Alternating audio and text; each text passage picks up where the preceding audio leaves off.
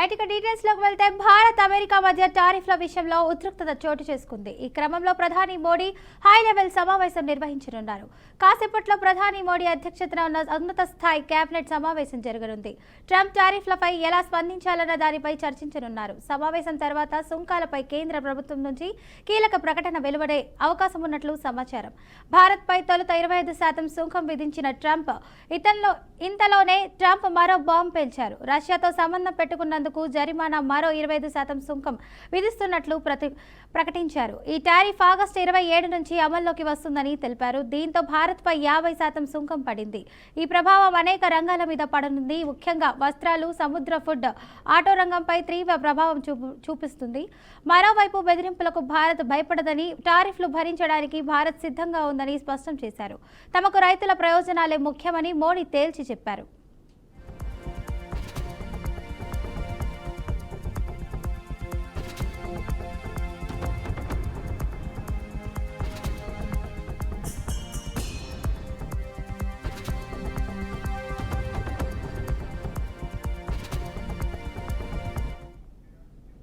ఇక ఇదే అంశానికి సంబంధించి పూర్తి సమాచారాన్ని మా ప్రతినిధి సాంబశివరావు అయితే చెప్తారు. చెప్పండి సాంబశివరావు.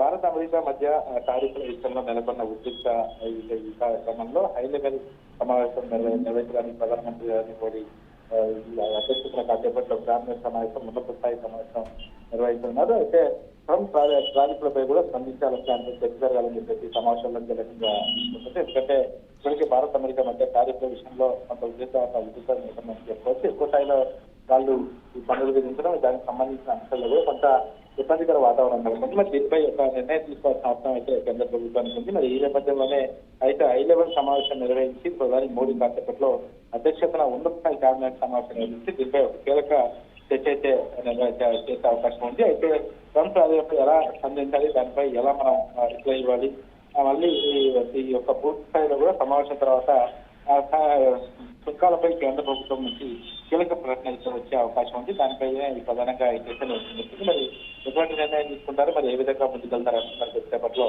తెలిసే అవకాశం అయితే కనబడతాం. Right, thank you.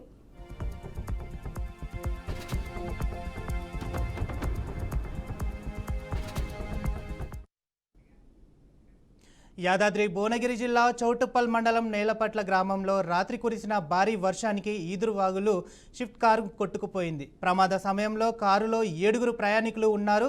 వర్కట్పల్లి గ్రామంలో ఉదయం 7 గంటలకు సమయంలో ఇంట్లో పెళ్లి శుభకార్యం ఉండడంతో వాగు దాటే ప్రయత్నం చేశారు. ఈ కార్యక్రమంలో భారీ వర్షాలతో ఉధృతత ప్రవహిస్తున్న ఈదురుగాలు వాగుల్లో కారు కొట్టుకెళ్లింది. అయితే కారులో నుంచి ప్రయాణికులు బయటకు వచ్చి ఒడ్డుకు చేరడంతో ప్రమాదం తప్పింది.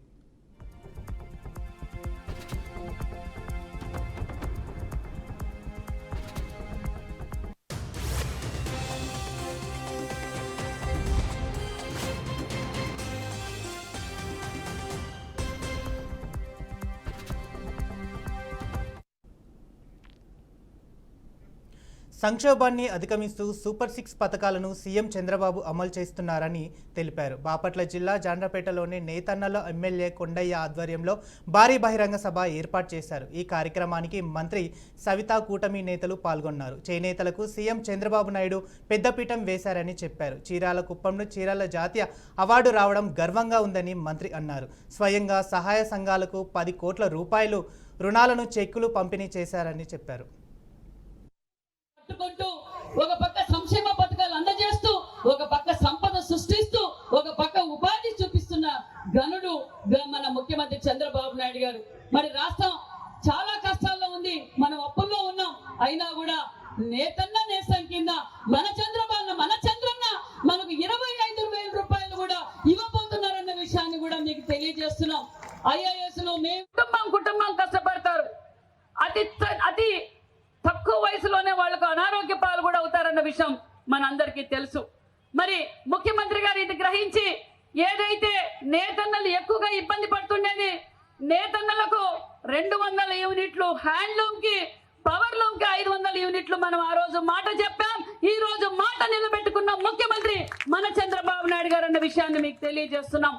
ఒక్కొక్క 200 యూనిట్ కి ఒక్కొక్క నేతన్నకి సంవత్సరానికి సుమారుగా 15,000 రూపాయలు మనము వాళ్లకు ఆసరాగా అందించినట్లు కూడా విషయం మీకు తెలియజేస్తున్నాం.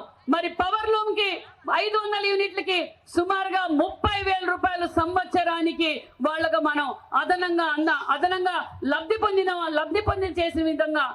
పొందే విధంగా చేశామన్న విషయాన్ని కూడా మీకు తెలియజేస్తున్నాం. ఎన్టీఆర్ జిల్లా నందిగామలోని గాంధీ సెంటర్లో మాజీ ముఖ్యమంత్రి వైఎస్ రాజశేఖర రెడ్డి విగ్రహాన్ని మున్సిపల్ కార్మికులు తొలగించారు. గత కొద్ది నెలల క్రితం రాజశేఖర రెడ్డి విగ్రహాన్ని తొలగింపునకు మున్సిపల్ సమావేశంలో తీర్మానం చేశారు. ఈ క్రమంలో గత రాత్రి జేసీబీల ద్వారా వైఎస్ రాజశేఖర రెడ్డి విగ్రహాన్ని తొలగించారు. విగ్రహం తొలగింపుపై శాంతియుత పోరాటానికి వైసీపీ నాయకులతో కార్యకర్తలతో మాజీ ఎమ్మెల్యే మొండితోక జగన్మోహన్ రావు, ఎమ్మెల్సీ అరుణ్ కుమార్ సిద్ధమయ్యారు. ట్రాఫిక్ కి ఎలాంటి అడ్డంకులు లేకుండా రెవెన్యూ స్థలంలో అనుమతులు తీసుకొని వైఎస్ రాజశేఖర రెడ్డి విగ్రహాన్ని ఏర్పాటు చేశామని వారు అన్నారు. రాజకీయ కక్షతో అర్ధరాత్రి విగ్రహాన్ని తొలగించడం అన్యాయమన్నారు. ఫైలాన్ తుఫాన్ని చెత్త దిబ్బల మీద పడేశారని ఆరోపించారు. ఈ ఘటనపై న్యాయ పోరాటం చేసి విగ్రహాన్ని యథాస్థానంలో ఏర్పాటు చేస్తామని మాజీ ఎమ్మెల్యే మొండితోక జగన్మోహన్ రావు తెలిపారు.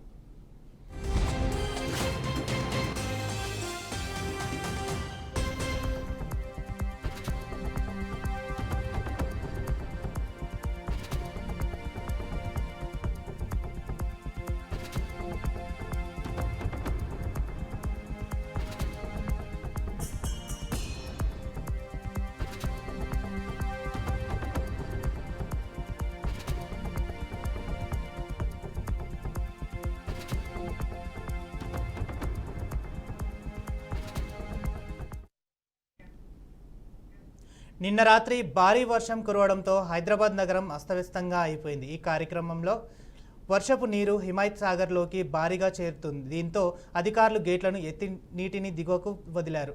మొత్తం 4 గేట్ల లిఫ్ట్ చేసి దిగువకు నీటి విడుదల చేశారు. దాదాపు 2,500 క్యూసెట్లు నీటిని అధికారులు వదిలారు. ఈ నేపథ్యంలో మూసీ నది పరివాహక ప్రాంత ప్రజలను అధికారులు అప్రమత్తం చేశారు.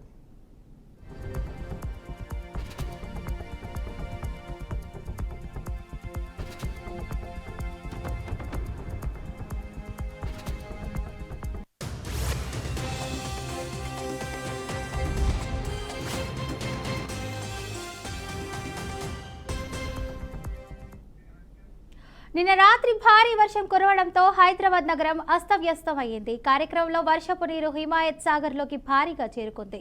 దీంతో అధికారులు గేట్లను ఎత్తి నీటిని దిగువకు వదిలారు.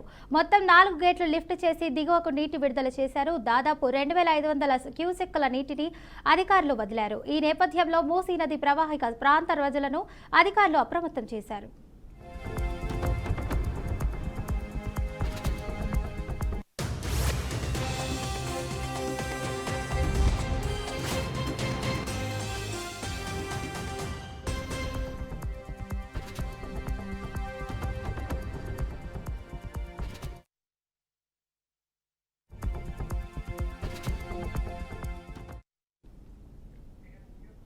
నెల్లూరు జిల్లా మలుమూరు రైల్వే గేట్ సమీపంలో గంగా కావేరీ ఎక్స్ప్రెస్ రైల్లో మంటలు చెలరేగాయి. చోప్రా నుండి చెన్నై సెంట్రల్కి వెళ్తున్న ట్రైన్లో ఒక్కసారిగా మంటలు ఎగిసిపడ్డాయి.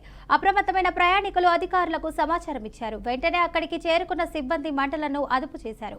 20 నిమిషాల పాటు ట్రైన్ను నిలిపివేశారు. అధికారులు అప్రమత్తంతో పెను ప్రమాదం తప్పిందని ప్రయాణికులు ఊపిరి పీల్చుకున్నారు.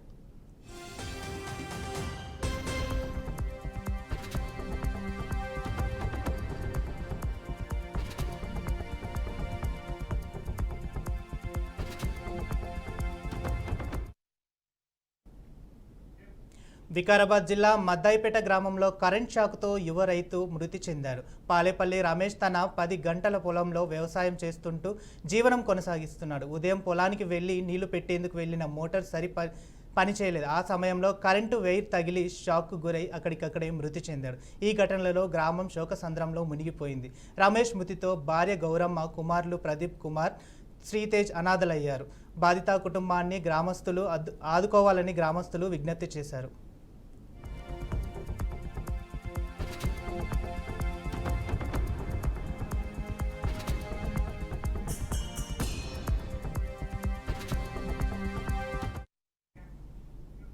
ఇక నెల్లూరు జిల్లా ఇందుకూరుపేట మండలంలో దారుణం చోటు చేసుకుంది. వేనాటి వారి పొలంలో మతిస్థిమితం లేని యువతిపై 55 సంవత్సరాల వ్యక్తి లైంగిక దాడికి పాల్పడ్డాడు.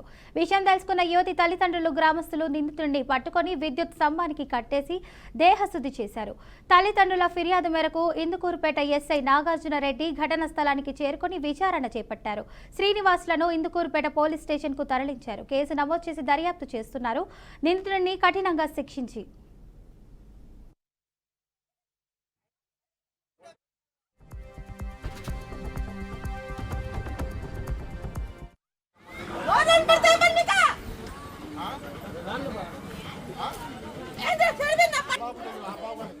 పిల్లోడు అట్టే బయటతో వస్తే అది ఆడున్నాడు అని చెప్పేసి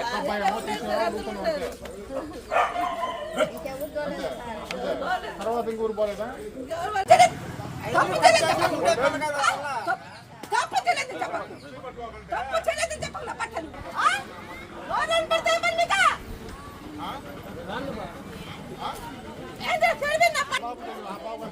ఆ పిల్లోడు అట్టే బయటతో వస్తే అది ఆడున్నాడు అని చెప్పేసి